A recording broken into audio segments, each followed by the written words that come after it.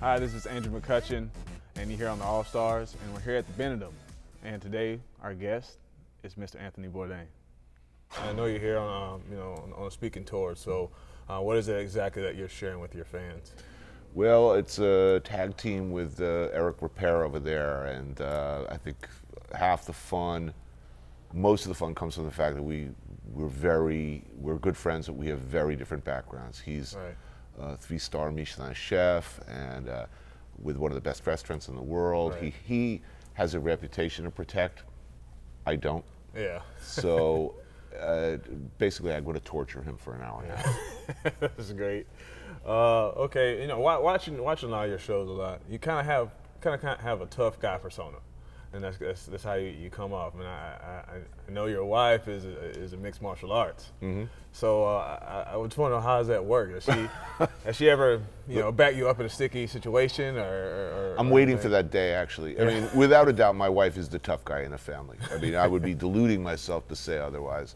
I find it comforting that I can walk into a bar and be pretty sure that my wife could kick the crap out of anybody in the room. That's amazing. Anybody gets lippy with me, and my wife's coming back from the bathroom, they've made a really bad mistake. I mean, it's not so much, her striking is good, but her jiu-jitsu is really good. Right. And chances are you wouldn't see it coming. A woman Right. in Louboutin heels sidles up to you. If she's within arm's reach, it's really too late.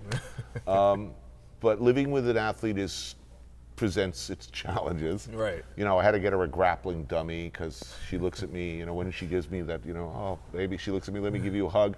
I'm never really sure whether it's a hug or she's going to try to like a rear naked choke or something. I play center field for the Pirates, so I'm in the place where you call in a lot of stadiums cheap seats. And so a lot of people like to get drunk, and they say a lot of crazy things. I hear a lot of crazy stuff. You're bum, cut your hair, you hippie. I don't know if you're a girl or a guy. Just off the wall type of stuff. So I want to know, is there ever been an interaction with you or any fan, if they say anything crazy or off the wall to you?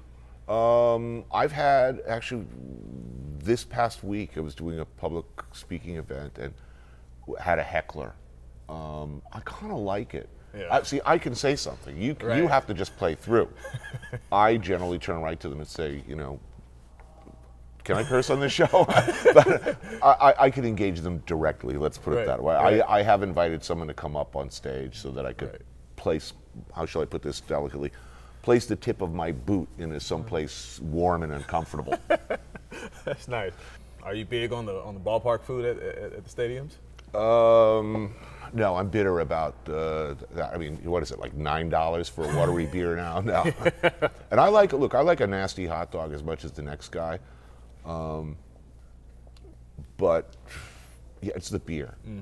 Yeah. It's expensive and it's getting better. I mean, I think the Mets and the Yankees, and I'm sure this is probably true, because I think you can get sushi in some ballparks now. Right. We have that actually. We have Nakama Sushi, and that's a nice little Japanese hibachi place that we have. Right in the stadium here. Yeah, at our stadium we have that now. So It's a good argument for being a Pittsburgh fan. Yeah, I've heard it's pretty good. But if you're an owner, what would we be expecting at a concession stand?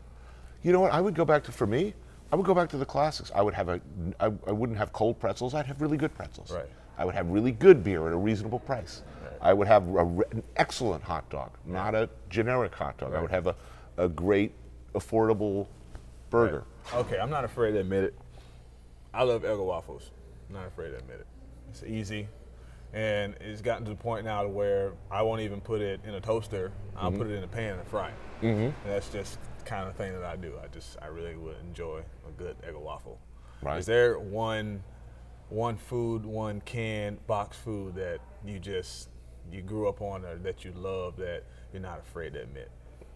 I am really afraid to admit it. I'm really embarrassed to admit it. Okay.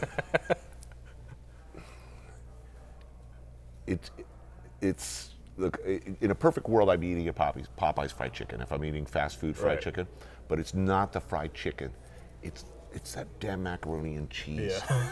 That stuff is so vile at the Colonel and at Popeyes, but that's the stuff that I crave. Right. I get this like weird, I get in this weird zone where I just sort of have to have it.